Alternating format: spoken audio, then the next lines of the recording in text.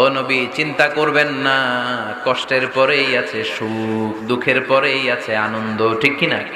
কষ্টের পরেই সুখ, সুখ এটা দুঃখের পরেই থাকে। আল্লাহ সেটআপটা এভাবেই করেছেন। দুঃখ, কষ্ট, বিপদ আর পরীক্ষায় মুমিন ভয় পায় না, কারণ মুমিনের হারাবার কিছু নাই, ঠিক কি না?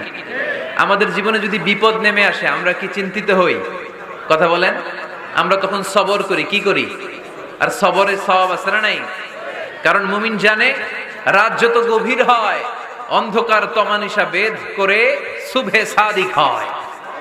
মুমিন জানে গর্ভবতী নারীর পেটের যন্ত্রণা যত বাড়তে থাকে নতুন মেহমান আগমনের সময় ঘনাতে থাকে, ঠিক কি না?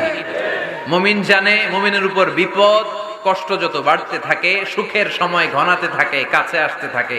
চিল্লায় বলেন ঠিক কি না? এজন্য আল্লাহ বললেন ফা ইন্না মাআল উসরি ইউসরান, ইন্না মাআল উসরি